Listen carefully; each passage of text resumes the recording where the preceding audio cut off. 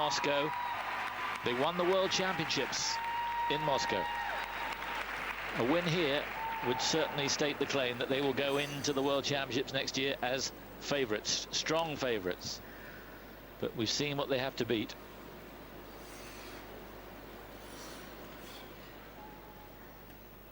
Merrill Davis and Charlie White, music from Strauss.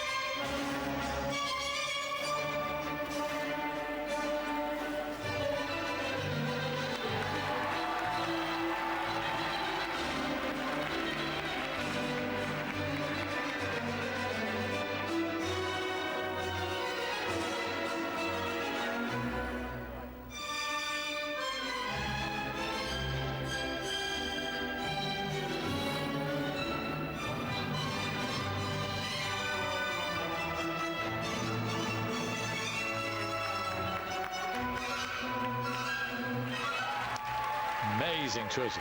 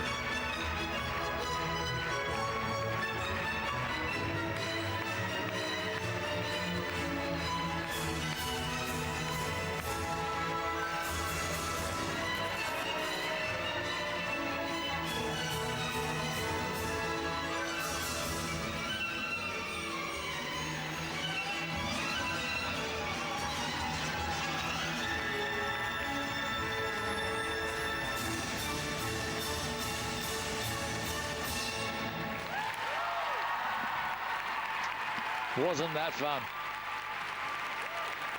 And good on the Canadians. You can hear and see, again, most of them standing up to applaud the American rivals to their very own Tessa and Scott. Well, for me, what a competition it's been. That was a real step up for me from what I've seen before. Faster, stronger, tighter. The twizzles were to die for. The lifts, the speed and the snap, and yet the precision and the ease of it, the choreography, the rise and fall with the music, the whole way that the piece worked. And often I'll talk about the man, because I come from the ballroom dancing perspective. If the man is impressive, the Fred Astaire, then the couple is good. But on this occasion, it was both of them. Meryl was absolutely superb in the, and the girls are as well. It's not to say they're not in the other couples, but it was they both stood out for me in how they really sold this. He was very, very strong and fast. He's a mix between the mad composer and the person dancing in the ball at the last dance when you take your bow tie off. It's amazing. Maintain that. I'll take issue with you there, because for 90% of ice dancers, when they come on, I'm looking at the woman. Call it predictable, but that's what I'm doing. Whenever these two go on, I'm looking at him, because it's the mad composer, because of the hair, because of the expression, because of all that he brings there. She's brilliant, but I can't take my eyes off him. Well, I find it's the two for me, but I can understand what you say. And this music, it has this rise and fall and this epic quality about it, and then the softness. Very difficult entry into the spin, fast on the rotations, changing position within it, and there's a freedom that comes, and speed, and then they can slow it down. They're coming out of the lifts, watch, just easy and flowing. Yes. The deftness of touch with the speed to it. And still the enjoyment. And that's what works for the music, because that's what the music's doing. And so easy to miss that. And it's a risk, because if you do miss it, it looks a little sad, really. There's nothing sad about that at all. The best I've seen them skate. Yeah. Again, enough to win. What a competition. It's the first time these two have gone head-to-head this year. That's why it's so important as to who comes out on top. They had a comfy advantage, 5 points over Tessa and Scott from the short program. Will they keep it? 107.18. That's the target to beat on the free.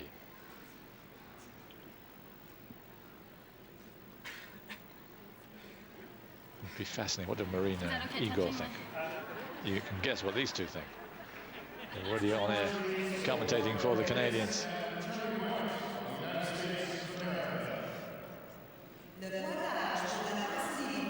.107.18. Oh, they got it.